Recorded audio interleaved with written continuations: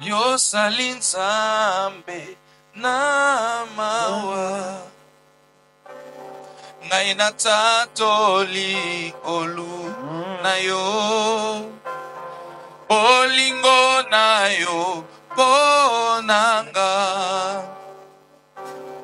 etindi nangumba melayo yosalinsambe na mawa ngaina tatoli ngolu nayo olingo nayo bonanga etindi nangumba melayo kolo yolinginga mingi namoni yango na bomoinanga wana nasala kimitelengano yolokota kinga yosukolinga yokomisinga imwana nayo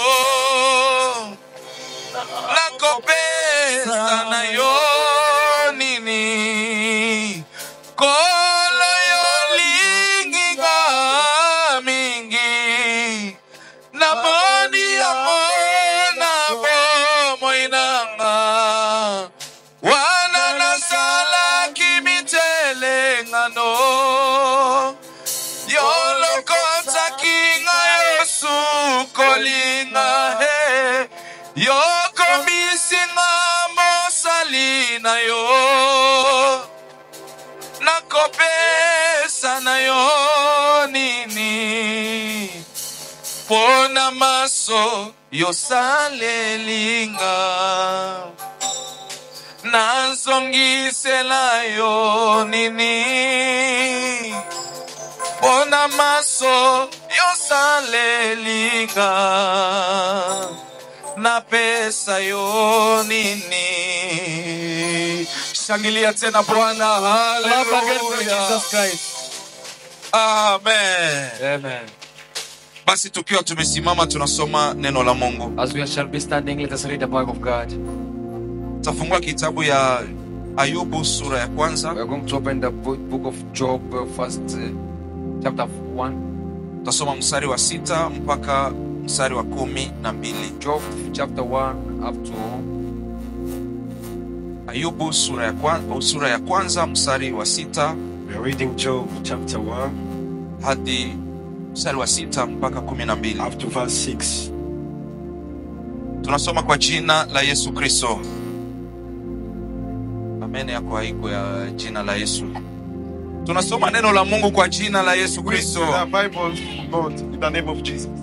Ilikuwa siku moja ambayo hao wana wa Mungu walikwenda kujiweka mbele za Bwana. It was one day that when the children of God went to in the front of the Lord, Shetani naye akaenda kati yao. and even the devil went also among them. Bwana akamuuliza Shetani, The Lord asked the Satan, umetoka wapi wewe? where are you from? Ndipo Shetani akajibu Bwana na kusema, natoka katika kuzunguka duniani. Now the Lord said that I am from surrounding the world Na katika kutembea huku na humu.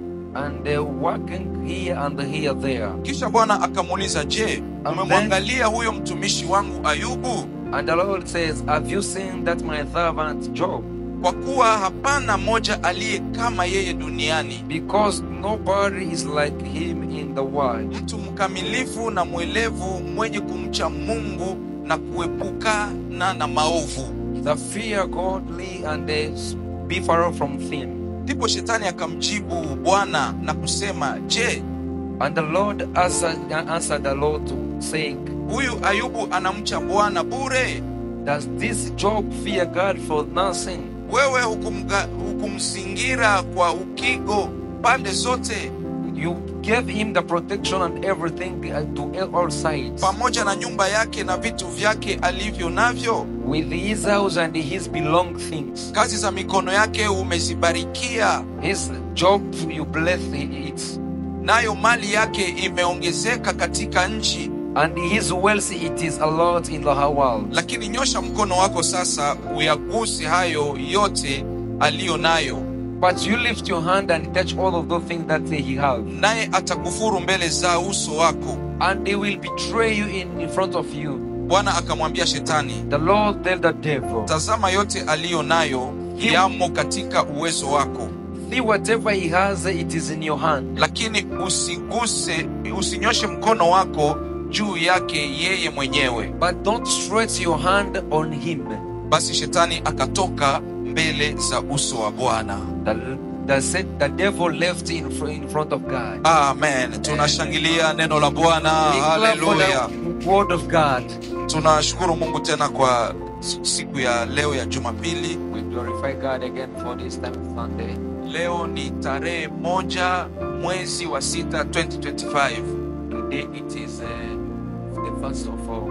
Katika mwaka wetu wa Bonne Nouvelle, In our year of good news. leo tunaanza katikati, yani tunaanza mwezi ya katikati ya mwaka. It means today we start the between of the year. Hallelujah. Amen. Na mimi niko na kuombea katika hii mwanzo ya mwezi And me, I'm praying for you in this beginning of ya kwamba month. Mungu akujalie neema ya kupokea habari njema katika hii mwezi wa May the 6. Lord God bless you to get the good news. Habari zote mbaya ambazo ulizipata tangu Januari mpaka leo, All bad years that you got from January to Mungu now, asibadilishe kuwa habari njema kwa jina la Yesu may the Lord Kristo. God change them to be the good news in the name of Jesus Yote Christ. ambayo haujapata tangu Januari mpaka leo, Everything that you have not get in January to Mungu kwa now, neema yake akupatie tena kwa jina la Yesu the Kristo. Lord for His grace gives to you in the name of Jesus Milango Christ. yako ifunguke, May your door open. kazi zako zibarikiwe, May your job be blessed. kila mwenye atakubariki abarikiwe. Everyone will bless you. Let him be Mungu blessed. akukutanishe na watu May wazuri.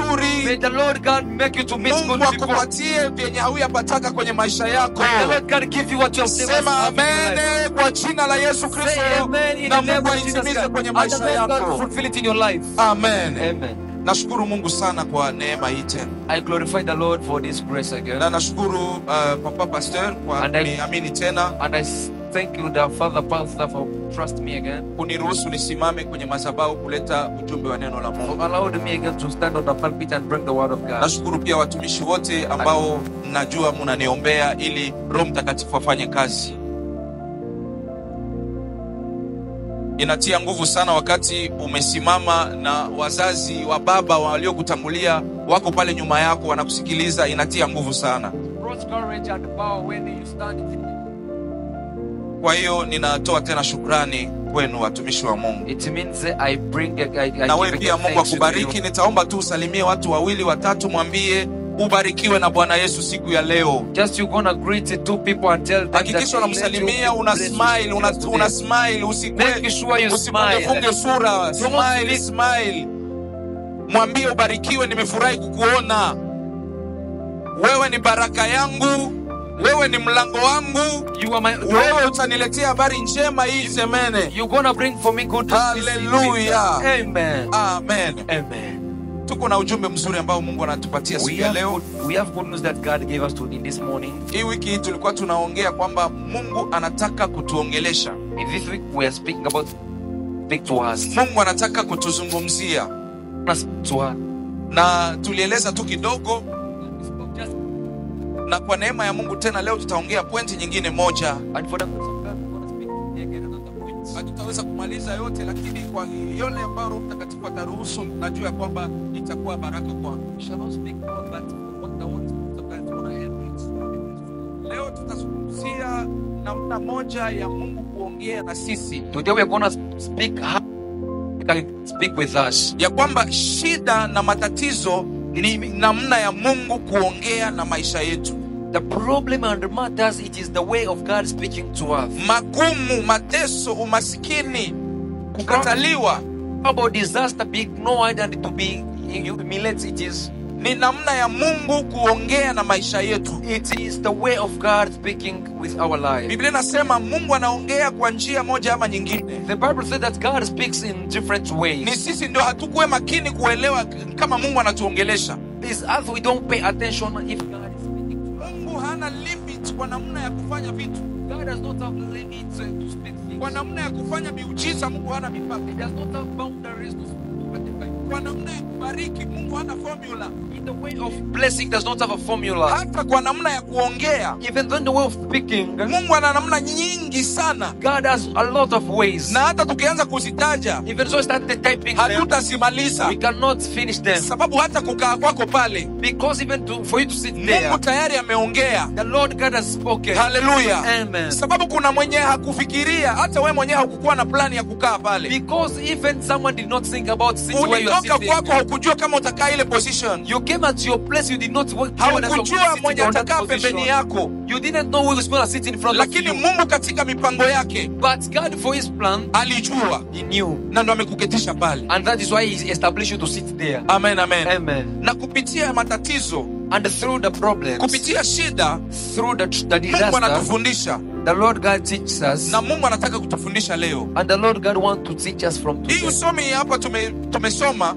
What we are from reading here right now, ni habari za mtu anaitwa Ayubu. it is the story of someone called Job. Haleluya. Amen. Biblia inasema siku moja Bible igamba nakulu wana wa Mungu wakakusanyika mbele za Mungu. abana bakatonda bona bagenda mu maso gaga. Watoto wa Mungu wakaja mbele za Mungu. Abana bakatonda bagenda mu maso Kama vile mimi na wewe tumetoka nyumbani kwetu, ganze nawe twafude mu makaga fe. tumekuja hapa kukusanyika mbele za Mungu. Tuze wano kulukunga no mu maso gaga tonda. Hatukukuja hapa ili mtu fulani atuone. Tetwaze wano luvanyuma omuntu omu atula. Nataka nikwambie kama wewe ulikuja hapa tu kwa formalite niende tu, Mbane kugaba singa kwa just wazee wano kumutuku kulava. umekosea sana. Wakakola Lakini kama ulitoka nyumbani kwako na singa wavude waka ukakuja ukasema naenda kumwona Mungu, naenda kukusanyika mbele za Mungu, wagama mpungenze mulukunga no mu maso gaga na tonda. kuhakikishia hautarudia gesi uliingia. Kaka sato genda damu Utarudi tofauti na gesi uliingia. you will be changed Sababu as you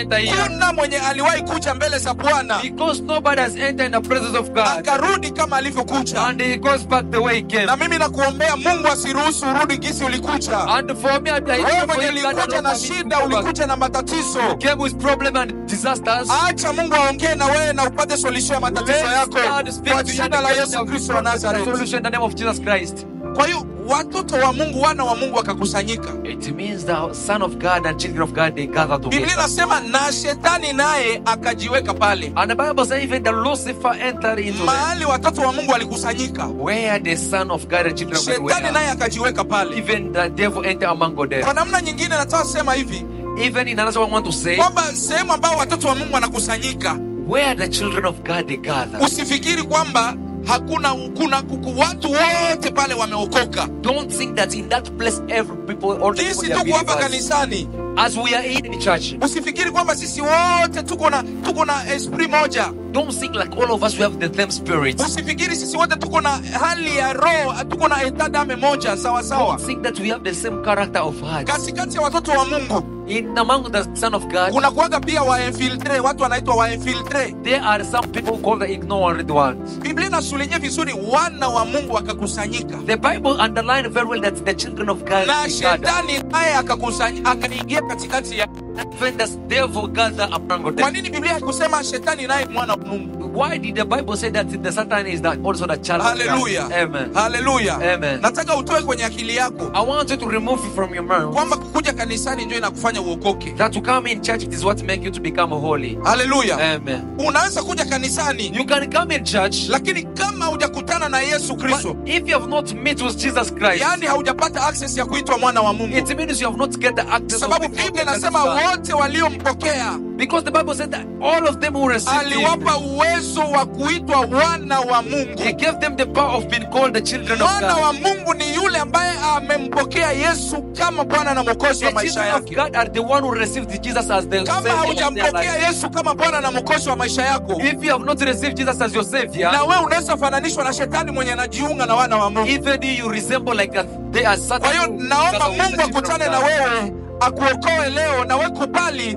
ili uitwe mwana wa Mungu, usikuwe filtre katikati ya watoto wa If you Mungu. want to be called the children of God, you have also to believe and gather among the children of God. Amen, amen. Amen. Haleluya. Amen. Ndio maana ukiwa kanisani That is why when you are in church, usikuwe distray. don't be distracted. Usikuwe kiroho sana. Don't be too much in this place. Usijisahau. Don't forget yourself. Mimi nimewahi kuenda, mimi nasikia habari ya makanisa, mtu alikuwa na telefoni yake wakamuiba kanisani. For me, I've been going to church and I hear that people, Sababu someone kuna came with a phone waefiltre story katikati in ya the church. watoto wa Mungu. Because there is a thief among the children Mtu of God. unakuja kutoa sadaka, They came to offer the offertories. umeacha pochi yako pale You kukiti. left your bag on the Mwenye chair. alikuwa pembeni yako, yeye anainuka, yeye anamaliza ibada, anarudi nyumbani, anaenda na pochi yako. The one who was your neighbor took that your bag and he Kwa went. hiyo angalia mwenye yuko pembeni yako. It means you see the one. Muulize, wewe ni mwana wa Mungu au Ask him or her, are you the children of God or you are between? Alafu kama wewe ni mwana wa Mungu, pigia Yesu makofi na If you are children of God, clap for God.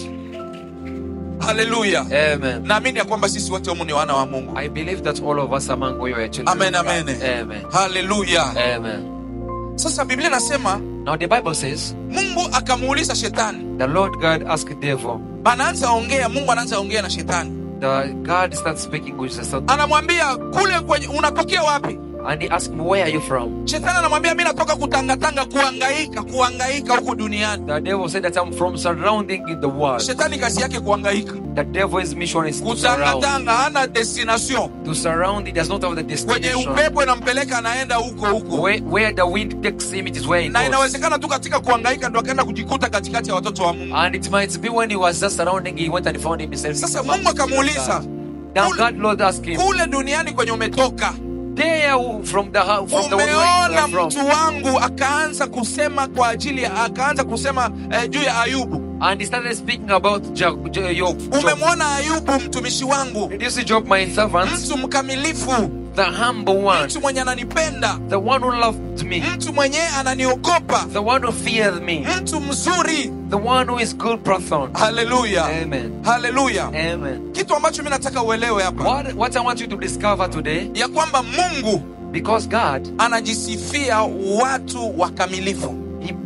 is proud for faithful people. Haleluya. Amen. Nasema hivi, Mungu I say like this, God, anajitapa kwa ajili yako wewe mwenyewe unampenda. he be proud for you who loves him. Kila mtu mwenye anatembea vizuri katika maisha yake, Everyone who walks in the truly way in his life. kila mtu mwenye anamheshimu Mungu, Everyone who respects God. kila mtu mwenye anamtumikia Mungu katika kweli, Everyone who serves God in the truly. kila mtu mwenye anamtoleaga Mungu, Everyone who offer for God. Mungu wa mbinguni anajisifiaga yule mtu. The Lord of the heaven usually be proud of that Mimi person. natamani katika maisha yako I have the mission in your life. ya kwamba acha usipende sana kusifiwa na watu, Don't be admired to be proud by usipende sana people. kukubalika na watu, Don't want people to be accepted you. usipende sana watu wakushangilie. Don't accept people to clap for you. Lakini kenye kinaweza kuwa baraka sana katika maisha yako na yangu But what can be blessing in your life and ni mine? kwamba kuna furaha sana Mungu akijisifia wewe. It is for you to have joy when God is proud of Mungu you. akijisifia wewe, It is when God is proud of you. ina maana Mungu anakutambua kwamba uko tofauti na watu It wengine means wote. God has discovered that you are different from other Na people. mtu mwenye Mungu anajisifia And the person who God is proud with ni mtu mkamilifu, mtu mwenye iko juste, is a righteous person. ni mtu mwenye anaogopa Mungu, Is the person who fears God. ni mtu mwenye hachanganye Mungu na miungu, Is the person who does not mix God ni with mtu mwenye others. anampenda Mungu kama vile Biblia inasema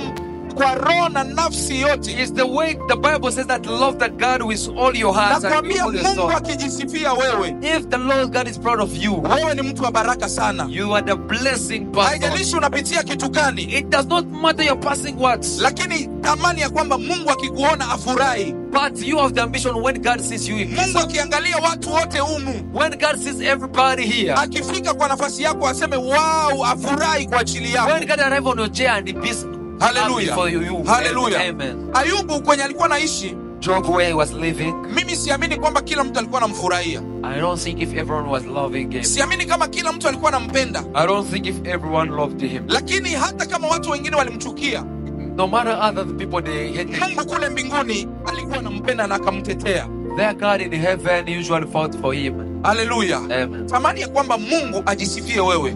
Make sure that you have the proudness that God be proud of you. Mungu akiangalia wamama, If God sees moms, aseme kama kuna mama mmoja and say if there is a one man, ni mama fulani. his mom. Kama kuna baba mmoja mwenye ananipenda. If there is a father who loves me, Unajua makati tunapendaga watu watushuhudie, there is a time we want people to testify. tunapendaga watu waturekomande. We want people to recommend us. Lakini Mungu mwenyewe akikushuhudia, But if the Lord God testify upon kama you, vile alishuhudia Yesu wakati anabatizwa, as he testified on Jesus when he was anasema baptized, tazama huyo. he said, see that one. Tamani ya kwamba Mungu akushuhudie kisi alishuhudia Yesu Kristo. We have the ambition that God might testify as he Na testified Mungu Jesus. akikushuhudia, And if the Lord God testified on you, nikwambie watu watalazimika kukukubali tu. I'm telling you, people just will accept you. Haleluya. Amen. Haleluya. Amen. Sasa tuko naongelea kwamba Mungu anatufundisha au anatuongelesha kupitia shida. We are speaking now in the way God speaks to us through the problems. Jambo la kwanza ambalo mimi nataka uelewe siku ya leo The first thing that I want you to discover today, ni kwamba maamuzi makubwa ya maisha ya mwanadamu it is the big decision of the human's life. yanachukuliwa katika ulimwengu wa roho. It be taken in the spiritual world. Yaani mimi na wewe gisi tuko hapa, It means me and you as we are here. sisi ni matokeo ya maamuzi ambayo imechukuliwa katika ulimwengu wa roho. We are the result that it has been taken to the decision in the spiritual world. Mungu kule katika ulimwengu wa roho anakusanyika na watoto wake, na shetani naye akakuwa pale. God let the spirit gather with his children, and the Satan also became Wakaanza among them. kuongea. And they start to do the dialogue. Wanaongelea Ayubu. Unaona Ayubu kule. They were speaking about Job. Do you see Job there? Shetani anaanza kusema ule Ayubu anakupenda sababu umembariki, umempatia pesa, umempa familia nzuri. And the devil starts saying that Job loves you because you give him money, you give him a good family. Mungu akasema hapana, Ayubu ananipenda hata kama hana pesa, hata akikosa watoto, hata ukichukua vyote, Ayubu ananipenda. The Lord God says that Job loves me even though he does not have children, family. Ni He still loves maongezi me. ambayo yanafanyika katika ulimwengu wa roho. It is the speech that it is made by the spirit in the Mungu world. akamwambia Ayubu, Mungu akamwambia shetani, anasema sababu unasema kwamba Ayubu ananipenda ni sababu nimembariki. Now the Lord said that if you know that if you think like Job loves, Sasa mimi nakuruhusu chukua vile vitu vyote ambavyo unafikiria kwamba ndio vinafanya Ayubu anipende. now I allowed you to take away those things that you think are Kamata vyote, beba vyote. take everything. Maamuzi ikachukuliwa. The decision has been taken in the spirit. Mungu na shetani wakasaini kontra. The devil and the Lord God, they took Akampatia kibali, enda kusa Ayubu. and they give him an application. Ayubu before and huko that akaanza kuteseka. Job started suffering. Yuko tu anaishi maisha yake. Job just is living his life. Wanamletea habari kwamba watoto wako walikuwa sehemu fulani They bring for him the message that your children were somewhere. wamekufa. They have been died. Wanamletea habari, unaona ile nyumba yako ya kule wapi? They bring in another. You see that your house from far away. Kuna gari ilikuja ikagonga ikabomoka, watu wamekufa, mimi ndio nimebakia tu. There's a car that came and knocked. Hajamaliza kusikiliza, wanamletea tena ingine habari. He has not finished to say, they brought another news. Ayubu anakuja kujikuta watoto wote wamekufa. Job come and found himself. Anajikuta Everything mali ended. zote zimeisha. He come and found that everything has been terminated. Yeye yuko naishi, hajui kama ni maamuzi ambayo ilichukuliwa katika ulimwengu wa roho. He is getting destroyed and get off, but he does not know that it is the decision. Ndio maana niko nasema na wewe hivi siku ya leo That is what I'm saying with you tonight. By ya this time. kwamba wakati mwingine usikuwa unatafuta vitu tu katika ulimwengu hivi, unapambana sana, utaumia bure. I'm telling you, don't just be searching the things only in the world. Kuna vitu vyenye hauwezi kupata hapa duniani, There is something that you cannot get in the au physical. kuna hali ambayo utateseka hapa duniani Or there is something that you're gonna pass the situation in this world. usipotafuta solution ya ile shida katika ulimwengu wa If you roho. don't search for the solution of that problem in the spirit, Lazima ukuwe mtu mwenye uko sensible sana kuongea na Mungu wakati wote, you have to be as person who is every day ili ujue God. ile ambacho unapitia, ile shida ambayo unapitia In order to know that problem that you are passing through, ni maamuzi ya Mungu au ni maamuzi yako. if it's the decision of God or your decision. Sababu vitu viwili kuna consequence mbili ambazo zinafanya, yani sisi tunakuwa matokeo ya consequence mbili. It means for us we are the consequences of two things. Wakati mwingine tunakuwa matokeo ya sisi wenyewe kutokuona, kutokuelewa kile ambacho Mungu anataka tufanye. Sometimes we are the consequences of not hearing what the Lord God wants to Ukifanya say. kenye Mungu hakutaka ufanye, hautafanikiwa. If you do what the Lord God did not want you to do, you are not going Ukikuwa to nafasi succeed. kwenye Mungu hakutaka ukue, hautafurahi. If you peace in the place where God, Lord, did not want you to be, you are not going to be happy. Haleluya. Amen. Ili ni matokeo ya kwanza, tunakuwaga consequences sababu hatuelewi vitu That vingine. one, it is the result and the consequences because we did not want to Lakini hear. pia kuna wakati ingine shida ambazo zinatutokea kwenye maisha But there is another time the problems come in our now in our ni life, maamuzi ya Mungu ambayo alichukua it is the decision that the Lord God took akayaruhusu katika maisha yako. and allowed it in your life. Sasa utahangaika sana kama hauna uelewa wa viwango vya Mungu vya kuongea. So you're gonna be disturbed a lot because you don't have the understanding of understanding the Lord. Hallelujah. Hallelujah. Amen. Nasema hivi I say like this: ya kwamba jambo lolote ambalo litatokea kwenye maisha yako, everything that it will appear in your life, kuwa mtu wa kuuliza kwanza ulimwengu wa roho. be the person who first ask the Lord. Usihangaike kwanza. Don't first of all surround. Kuna hata magonjwa mengine usiende kwanza hospitali. There is some of the thickness, don't go first of all. Lazima ukue connected na Roho Mtakatifu. You have to be first of all to be connected with the Holy Spirit, Akwambie ile magonjwa itaishia wapi. so that he tells you where does that sickness gonna end Sababu from. kuna watu walienda mahospitali makubwa, mtu anaenda India anatumia pesa nyingi sana. Because some of the people, they have traveled out because of the sickness and they spend money more. Angejua kwamba ni ugonjwa ambao unasababishwa na magumu ya kiroho, And if he could know that it is the sickness that it came from the spiritual, asingehangaika kwenda India. he couldn't bother himself to go in India. Angeenda tu kwa maombi, angeombewa tu na pasta na anapata solution na anapona. He could just go in the prayer to be prayed by the pastor and he got healed. Hallelujah. Amen. Kuwa mtu wa kiroho. Be a spiritual person. Jua kwamba wewe pale ni product ya maamuzi ambayo imechukuliwa katika roho. No, there you are the item of the decision that has been Na taken. Mungu alikupatia uwezo kama vile mwana wa Mungu And the Lord God gave you the powerful as the Son of God ya kubadilisha vitu. of changing things. Uko na uwezo ya kubadilisha hata decision ya Mungu. You have even the power of changing the decision of the Lord. Hapa hawezi elewa vizuri. You can't understand it. Nasema hivi, mtu wa kiroho, I say like it is the spiritual person. ndani yako kuna uwezo ya kubadilisha hata maamuzi ya Mungu amechukua kukupitisha kwenye magumu. Inside you, you have the power of changing the decision of God. Ukimuuliza mfalme Hezekia, If you read the book of Ezekiel, Hezekia aliletewa habari, nabii Isaya anamwambia Hezekia, Mungu anasema utakufa. Ezekiel, they brought him the prophets that the Lord God said you are going to die. Anasema tengeneza mambo ya nyumbani He kwako. says that you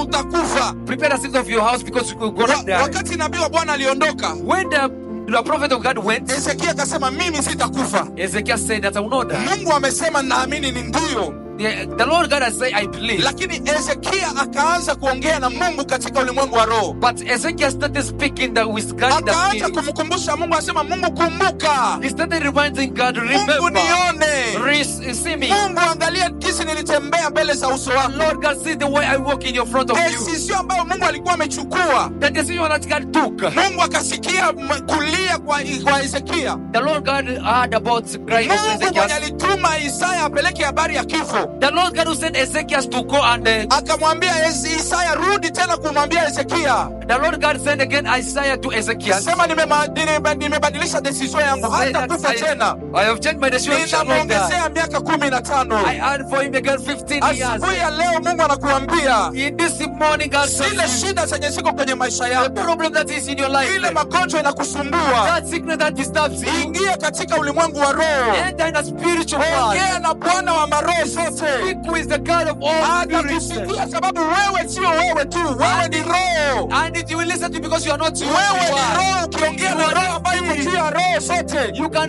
to speak to the spirit that is above all the spirits. Ile hali yako kwa jina la Yesu You will Kristo. change that situation. Atabadilisha ile situation unayopitia. Let him change that situation that you are passing. Atabadilisha umaskini kuwa He utajiri. will change the poorness to be riches. Atabadilisha mateso yako kuwa He furaha. will change your suffering to be Wale happiness. watu wa roho wangebadilisha vitu wakisema amen na makofi na People vigelegele. will say amen with scream. Hallelujah. Amen. Hallelujah. Amen.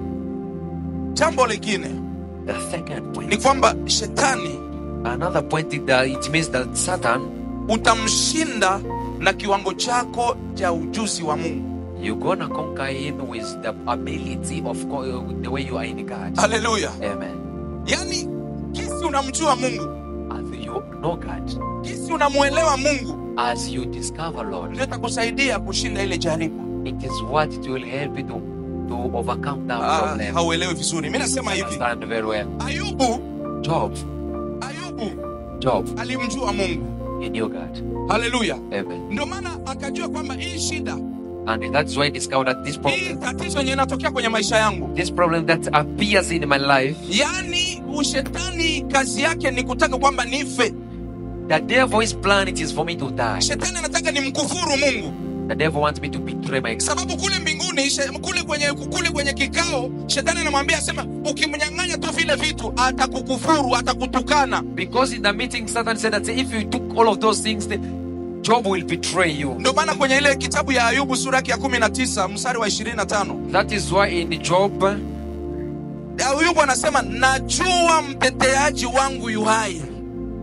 Hallelujah. I know my conqueror is a Alisema anajua. He said that he knows. Sikia, kenye unajua ndio kitakusaidia. What you know, it is what you will know, it will help Kenye you. unajua ndio kitaokoa maisha yako. What you know is what will save your life. Biblia inasema kwenye kitabu cha Hosea, The Bible is saying in Hosea, inasema watu wangu wanaangamia kwa kukosa ujuzi. my people are perished by lack of knowledge. Asubuhi ya leo nakuambia mjue sana Mungu. By this time I'm telling you, know a lot God. Mjue sana Mungu ili upate kuwa na amani katika Know maisha a yako. lot God so that you can have peace and happy in your life. Wakati nyingi sana tunahangaika sababu ya ujinga, kukosa kujua. A lot of time we suffer because we are stupid, we don't know how. Wakati ya ujui haki zako watakunyang'anya haki yako. When you don't know your right, they will take away your rightness. Mtoto wakati angali mchanga hivi hajuaki hata kama baba yake ni tajiri sana. When the son is still young, even so his father is rich, Baba akikufa anamwachia mali sababu hajakuwa na akili, hana ujuzi. when the father dies, he leaves for him the money because the son does not have the ability. Ataishi kama mtumwa. He will live as a slave. Lakini akijua kwamba baba yangu alikufa akaniachia heritage, But hawezi kuteseka tena. But when he will know that my father died and he left it for me, and Mjue Mungu utaona baraka kwenye maisha yako. know God and will see the blessing in Jua your life. uwezo wa Mungu ambao Mungu alikupatia. Know the capacity and the ability that God gave to Jua you. kwamba unapendwa na Mungu. Know that you have been loved by God. Jua kwamba Mungu anakuonea wivu sana. Know that God usually have the ambition of you. Hallelujah. Amen. Ayubu akasema najua. The Lord God, Job said that, I know. Kenya alijua ni nini? Akajua Mungu ni mteteaji. He knows that God is my help. Sababu Ayubu alielewa kwamba ameonewa tu, ni injustice. The Lord God just know because Job knows that. Lakini katikati ya ile injustice, But in that kuna mteteaji. yeah, there is someone who Nasema na mtu mwenye amenyang'anywa haki yake hapa. I know. I speak to someone who has taken his Inawezekana rights. huko mkimbizi, haiko juste. You might be as a Sisi refugee. Wakongomani ambao tuna nchi ambao ni tajiri, For us, we have Congolese. We have the lakini tunakuwa tunakimbia. but we are running. All the Tunaishi time. kwenye nyumba za kupanga wakati tuko na manyumba zetu. We are living in a rented house where yet we have our Tunakula house. vibaya wakati nchi yetu ina udongo ingetoa chakula. We are eating badly, but our country has Ukijua ya kwamba stuff. tuna mteteaji, If you know that we have the witness and we have, atasimama na kubadilisha ile hali ambayo inapitia kwenye maisha yako. who can stand and change your Acha Mungu life? akutetee siku ya leo kwa jina la Yesu Kristo. For you in the name of Dekrea Jesus ya Christ. kumjua Mungu ndio itakusaidia. Maybe to know God can help you. Ukijua Mungu ni mponyaji, ile magonjwa yako haitabaki kwenye mwili wako. Yesu ataokoa na atakuponya kama sababu unamjua kama mponyaji. He will heal you in the name of Jesus Christ. Haleluya. Amen. Ukijua kwamba Mungu If you know that God, anafunguaga njia kwenye hakuna njia. He opened the way where there is no way. Nikwambie ile mlango umegonga siku nyingi.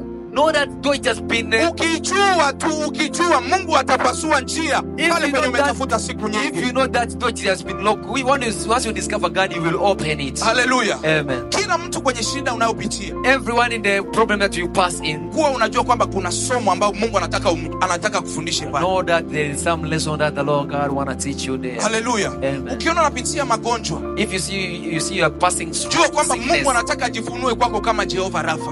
Mungu anayeponya. know that God want to discover Himself like a Jehovah Rapha, the one who heals. Ukiona unapitia unaonewa sana, If you see that you have been deprived, jua kwamba Mungu anataka ajifunue kwako kwamba kama ni mtetezi. know that God want to show upon to you as a Ukiona kuna helper. shida ya uzazi, If you umeomba mtoto siku nyingi, If you see that you have the problem of being jua barren, Mungu anataka ajifunue kwako kisi alijifunua kwa Ana. know that the Lord God want to discover yourself to Him as He discover. Mjue sana Mungu katika ile shida unayopitia.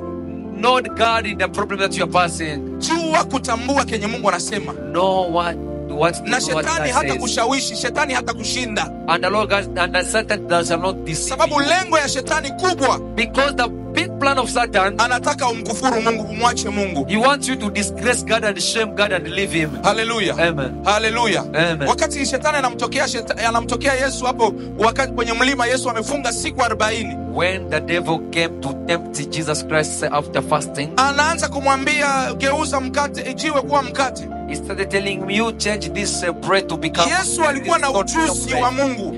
Jesus had the ability of Akasema God. mtu hata mkate tu. And he says, the person shall not live only for the bread. Haleluya. Amen. Haleluya. Amen. Ujuzi wako wa Mungu Your ability of knowing God, itakushindia jaribu.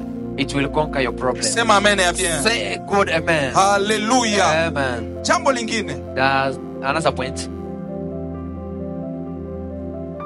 shetani The devil, ana njia 3 ambazo ni kubwa sana anatumia ili akuondoe katika mpango wa Mungu.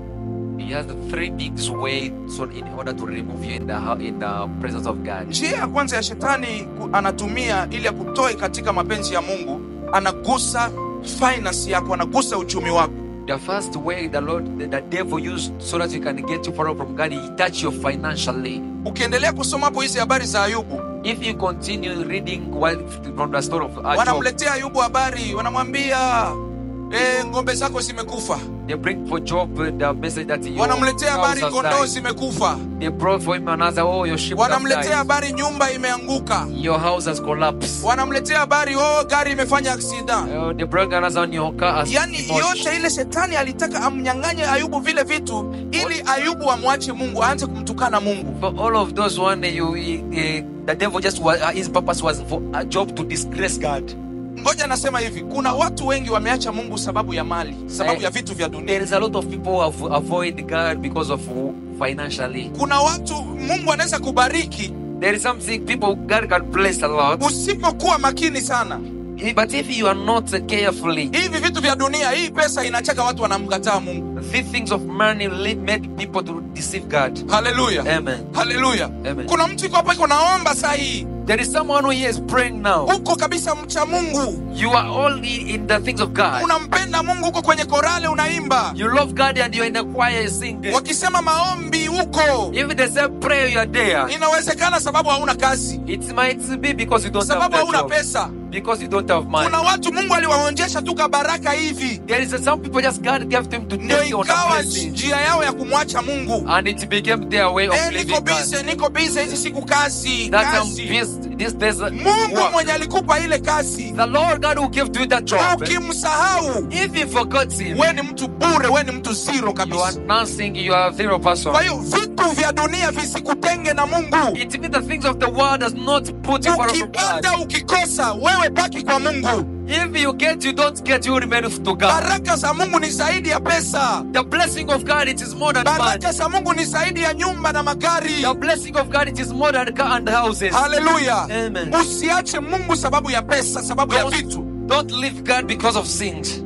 Amen. Amen. Haleluya. Amen. Kuna mtu anasema hii siku niko vibaya, mambo ikikuwa vizuri ndio mimi nitakuja kanisani. Wewe, There is someone say that these days things are bad, but when they become well, I will come to yani church. kisi kuna kataa kukuja kanisani, ndio kisi kunaongeza shida juu ya shida zako. As you are refusing to come in church, you are adding the problems to another Siku problem. nitapata pesa ndio nitaanza kuja Oh, kanisani. it is when I will get money, it is when I will start coming in church. Hatukujage kanisani sababu tuna pesa. We don't come in church because we have money. Au hatukuje sababu tunakosa pesa. Or we don't come because we don't Tunakuja have money. sababu ni Mungu ametupatia neema, ni Mungu yani Mungu ni Mungu tu. We come in church for the grace of God that has been given to us is God and God. Kwa hiyo shetani alijua kwamba Ayubu atamwacha Mungu akimnyang'anya vitu na pesa. The devil discovered that if Lord God removed everything to Nataka Job, nikwambie he's gonna disgrace shida God. isikutenge na Mungu. I want to tell you the problem do not make you to be far from Na God. mimi najiombeaga ombi moja. And even me just I usually pray one Mimi prayer. naambiaga Mungu, kama kuna viwango fulani ambavyo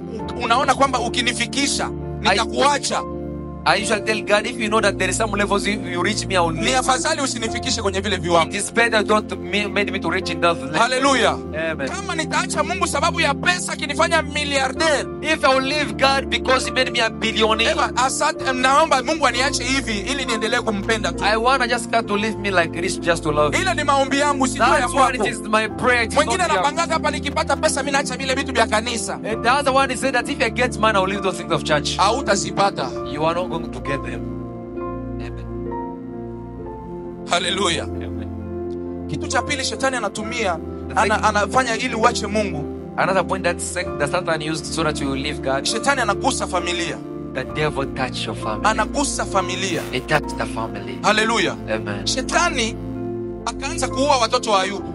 Satan starts killing the children of Yote Job. ile ili Ayubu aseme Mungu wewe unanionea, Mungu mimi nakuacha wewe, Mungu aanze kutukana Mungu. For Ayub to, in order to say that you are now betraying. Ndio maana familia ni society ambayo inapigwa vita sana. That's why the family is a society that it has been beaten a lot. Na ukiona kanisa yoyote ambayo imesimama vizuri, And if you see there is a church that is stand very well, inategemea na hali ya familia ambazo ziko kwenye ile kanisa. it just depends for the situation that it is. Shetani akitaka kuvuruga pastere hapa, If the devil just want to disturb pastor atamvurugia here, kwenye familia. he will just disturb him. Atamvuruga na mama pastere. He will disturb him with the mom. Ndio maana divorce utaona siko nyingi leo. That is why you will see devotion there a lot. Yote ni njia ya tena, divorce siko sana kwa watumishi wa Mungu. All of those one there are a lot of from the Shetani anaenda kuvuruga zile familia ili watu wamwache Mungu. that Satan use that way so that in order to live. Watu wenye wako chini ya ule mchungaji, chini ya ule mtumishi, wakiona anavurugika kwenye foyer yake, wote waache Mungu. People are under that servant. When they see the servant is doing those things, they will. Shetani akitaka kukuvuruga we mzazi, When the devil want to disturb you from mother, atavuruga tabia za watoto wako. Utaona tu watoto wanaanza kuwa walevi. you will see the character of your Watoto binti yako mwenye ni mtoto mzuri alikuwa anaimba kwa Ecole de Dimanche, anaanza kuwa tu malaya, anaanza kuwa ovyo ovyo. Your daughters can become a prostitute when you are Njia ya shetani ya kukuvuruga. It is the way of Satan to disturb you so that you live Jesus Christ. Haikuanza leo, ilianza tangu zamani. It did not start from today. It started a long time ago. Mungu, shetani alijua kwamba Ayubu huyu nikiua watoto wake. The Satan knows that if I kill the son of Yani Job, ukikosa wewe mzazi umepoteza watoto wote. you that as a mother you have lose all the children. Unabaki na kitu gani kingine cha kenye unaweza fanya ujiweke hapo? What else do you remain with that can comfort you? Unabaki na nini? What do you remain with? Sababu furaha ya mzazi ni kuona watoto kisi wanaendelea. Because the happiness of a mom is Sasa watoto ambao wako wanaendelea wote hakukubaki hata mmoja, wote wanakufa. now all children, the Lord God allowed them to. Na mwanamke mwenye angemtia moyo anamwambia papa, tuendelee kuomba. Even the woman who could put you.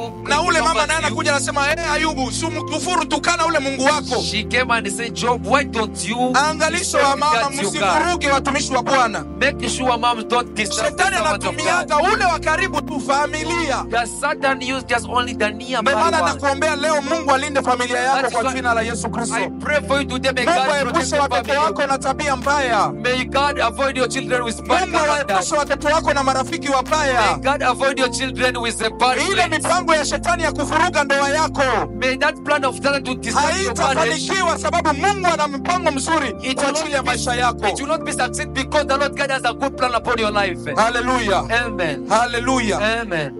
Na njia ya tatu ambayo shetani anatumia The third way that the devil uses kutoa mtu katika mpango wa Mungu, to remove the someone in the place in the hand of God, shetani anagusa afya.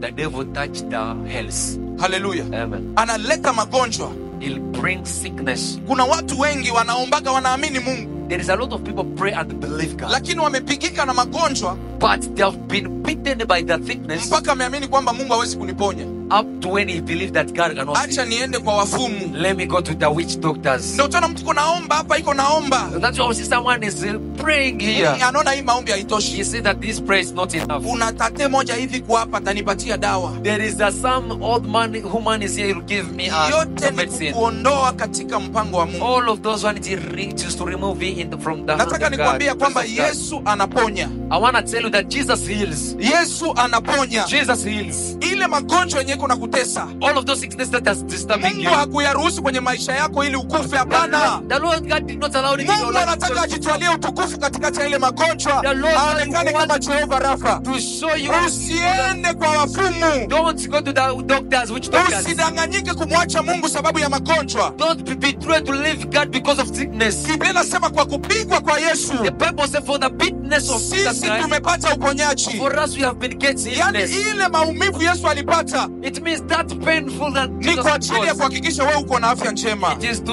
make sure Acha you Mungu have akuponye wewe something. mgonjwa kwa jina la Yesu Kristo. Let God heal you. Usiende kwa wachawi. Kama kuna ndugu yako ni mgonjwa, If you have your friend is a sick enda ukitoka hapa mwekee mikono kama vile Yesu aliturekomande. when you live here, Atapokea uponyaji kwa jina la Yesu Kristo wa Nazareti. Hakuna mganga anaweza kukuponya magonjwa. There is no doctor can heal you. Hakuna dokta anaweza kukuponya There is no doctor can heal you bila intervention ya Yesu. without the intervention of Jesus Christ. Ayubu aliguswa magonjwa, mwili libigika. Job was beaten by sickness until when the body also gets pain. Sijui kama alikuwa na pesa ya kwenda hospitali. I don't know if he had the money to go to the hospital. Na lengo ya shetani ilikuwa tu Ayubu amtukane Mungu akufe. And the plan of God, it was just there for Job to insult God in order to Ayubu die. alijua nina mteteaji, nina mponyaji, nina mwokozi, nina mkombozi. Atanikomboa. Yesu wako atakuponya. Yule Yesu aliyemponya Ayubu, yule Yesu aliyemuinua Ayubu, yuko hapa asubuhi ya leo. Atakuponya kwa jina la Yesu Kristo. In the name of Jesus Christ. Hallelujah. Amen. Hallelujah. Amen. Jambo lingine Another point, ni kwamba it is imani ya kweli kwa Mungu the truly faith to God. haijengwi juu ya vitu. It does not be built on the things. Hallelujah. Yani kumwamini Yesu ya kweli kweli It means to believe Jesus. sio sababu Mungu ametupatia. It is not God's gonna give to us. Hallelujah. Amen. Hallelujah. Amen. Biblia inasema baraka za Mungu ndizo zinatajirisha. The Bible says that the blessing of God, it is what makes someone to be rich. Niko nasema baraka ni zaidi ya pesa. I'm telling you, the blessing, it is more than mere money. Kuna watu wana pesa lakini hawana baraka. There is a people who have money but they don't have blessing. Na ukifanya statistiki ya duniani, And if you read a lot of rich people here wenye wana pesa hapa duniani, who has money in the world, asilimia kubwa sana sio Wakristo. a lot of them, they are not Christians. Wenda kwa Waarabu kule uone matajiri. You go there in Arab, Enda kwa Washine kule uone matajiri. you go in China, you will see. Lakini hawana baraka. But they don't have blessing. Ndio maana wanahangaika. That is why they are suffering. Ndio maana vita. That is why the Ndio battle. maana wanaachana kila siku madivorce kwenye nyumba That zao. is why they are leaving each other, the divorce. Ndio maana magonjwa kila siku duniani, kazi yao wanafikiria mabaya ili waendelee kutajirika. That is why they are thinking bad things so that they Lakini mwenye iko na baraka za Mungu, but the one who has the blessing of God, yaani unakula ugali yako na maraki, unalala kwa amani, haukimbie kimbie, you ate your portion in sababu Yesu Kristo mfalme wa amani amejaa ndani ya maisha yako. is the king of the peace as the Tamani baraka za Mungu kuliko pesa za dunia. have the desire of the world of the Omba God in baraka the kuliko world. utajiri, Bless. sababu hiyo baraka itakupatia zaidi ya utajiri. That blessing gonna give you more richness. Sema amen. Say amen. Hallelujah. Amen. Kwa hiyo usimwache Mungu sababu ya hali ya umaskini. So don't leave God because you are poor. Amen, amen. Amen. Mpende Mungu kwa hali zote. Love God in all Ayubu situations. imani yake haikujengwa sababu na kupenda Mungu sababu umenibariki. Shetani alifikiria anampenda Mungu sababu amebarikiwa. The devil thought that Job loves God because of his peace. Lakini Ayubu alisimama katika kuonyesha upendo wake kwa Mungu sababu alijua Mungu ulinipa, una uwezo wa kuchukua tena.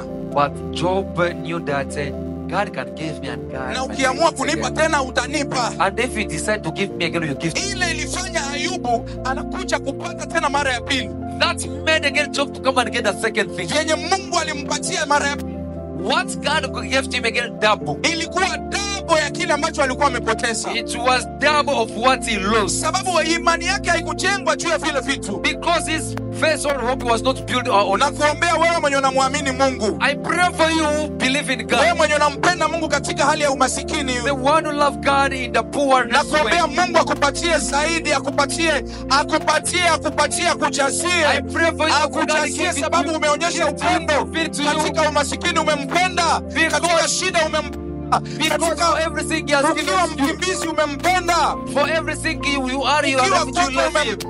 You love God in all the ways. acha Mungu akupe zaidi kwa jina la Yesu Kristo. Let God give you the Yesu power. akufurahishe, Yesu akujazie. Help you and Hauelewi, you have no nasema hivi, Yesu understanding. akutajirishe wewe na unampenda katika kweli. Feel you.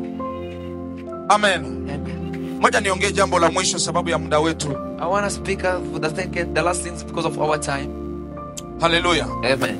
Niseme hivi I want to say something like this. kwamba kenye haujawahi kuona For what you have not seen, au kenye hakijawahi kukufikia kwenye hii maisha, or what it has not happened for you in this life, usiseme kwamba hakipo. don't say that does not exist. Haleluya. Amen. Yani kenye wewe haujaonaka, It means what for you have not seen, usiseme kwamba hakipo. don't say that does. Kenye hakia kutokea, What it does not appear to you, usiseme haya mimi hapana, mimi haiwezi kutokea kwangu. don't say that it cannot achieve to me. Maisha Life, ina reality nyingi. it has a lot of reality. Hii maisha tunaishi This life that you are ina surviving, milima, ina mabonde. it has a valley and shadows. Hii maisha tunaishi It is kuna reality, ni kuambie. there is a reality. Banasemaga kama hujafa hujaumbika. Yani kama haujakufa ukuwe sa mwenye haujaishi hata. If you have not died, you can't be created. Nani alifikiria Ayubu miliarde Who thought like Job the billionaire? kwamba anaweza akakosewa hata pesa ya kununua panado, ya kukununua tu kadawa ya kumeza If he ili ya can kutuliza maumivu. if he can like only for the money to buy the medicine to kill the pain. Akose nyumba, akuwe na lala nje. He does not have house to sleep outside. Watoto wote wamekufa. All children, they have passed away. Na mwanamke mwenye walipatana naye akasema nitakupenda katika shida na raha. Even the woman got that say, I'm gonna live with you. Nitakupenda katika magonjwa na afya, nitakupenda. Walifanya agano mbele ya kanisa. In the sickness and they met the void. Lakini ule mwanamke akasema mimi siko kuibi, hii mateso yako ibakie yako. But that woman said that I'm not with you. This your suffering. Ayubu mwenyewe hakutarajia kama ile kiwango itamtokea kwenye maisha. Job also was not expecting that level to arrive in him in life. Ndio maana ukiona mtu iko kwenye shida kwenye maisha yake, That is why when you see someone is a problem in his life, acha makromantere, acha kuongea ongea. live to comment. Haujui kwa nini Mungu ameruhusu ile shida kwenye maisha yako. You don't know why he allowed the Haujui problem. ana agano gani na Mungu. You don't know what is the promise between him and God. Haujui ni test gani Mungu ameruhusu ipitie kwenye maisha yake. You don't know which test that they have. Acha tabia ya kusema sema. Leave the things of speaking. Ukiona mtu iko kwenye shida, iko kwenye situation fulani, If you see someone is in some situation, wewe una kazi ya kumwombea. you have just the work of praying for him. Mungu anampiga ule. Oh, the Lord has beaten that one. Mungu anampiga. Oh, the Lord God has beaten him. Alikuwa anajiwazia sana. He has been proud of Naamini himself. katikati ya watu walikuwa naongea Ayubu kwamba amepigwa. And even people among them, they were saying Job has been beaten. Kama alikuwa na deni ya mtu anasemaga Mungu amenilipishia. If he had the death of someone, he could say that God has paid. Sio kila shida yenye inaingia kwenye maisha ya mtu kwamba amefanya dhambi. Hapana. Not all the problem enter in the life of somebody. It is what he Kuna has seen. majaribu mengine ni Mungu tu anataka kufundishe. There is other problem that the Lord God just want to lead you Yenye to Mungu ametufundisha understand. kupitia maisha ya Ayubu What the Lord God has teach us through the life of ni kusema Job. kwamba hata ukipoteza vyote, It means even so you lose everything. Mungu ni Mungu ambaye anaweza kurejesha. God is a God who can Mungu bring ni Mungu back. anaweza tena. God is a God who can give it to you Mungu ni again. Mungu anayetoa mtu chini na kumwinua God juu. is a God who brings someone from far away Na and put Mungu him up. anatufundisha kwamba usijivunie vitu vya dunia. And the Lord God teach you that don't be proud of the things of the world. Usijiwazie kwamba wewe ndio uko wa milele. Don't think that you are the only one who is eternally. Vinaweza kuisha ukikuwa na kiburi. Those things, they can disappear if you become. Haleluya. Amen. Haleluya. Amen. Sema amen ya bien. Speak a good amen. Nimekuambia kwamba Mungu alijisifia Ayubu. I'm telling you that God was proud of my job. Na Mungu anataka ajisifie wewe. And the Lord God wants to be proud Kile of you. kitafanya Mungu ajisifie wewe What will make God to be proud of you? ni tabia yako. It is your character. Ni namna yako ya kumtumikia Mungu. It is the way you work for God. Ni namna yako ya kumpenda Mungu. It is the way you work for God. Ni namna yako ya kujitoa kwa ajili ya Mungu. It is the way of you sacrifice yourself to God. Nataka nikuambie I want to tell you something. ya kwamba shida zisikutoe katika mapenzi ya Mungu. The problem might not remove you from Magumu far away isikutoe of katika God. mapenzi ya Mungu. The problem not remove you. Usiache from kuja the presence of kanisani God. hata kama hauna nguo. Don't stop going in Ile church nguo because moja you yenye don't have unavaaga kila siku. that clothes that you wear every Ivae day. leo na kesho kuja kanisani. Wear it today, tomorrow, and come in church with Na it. siku utapata, endelea tu kuja. And when you'll get it, you continue coming. Sema amen. Speak amen. Sema haleluya. Say amen. Pigia Yesu makofi na Love for vigelegele. Jesus and scream for Jesus Christ.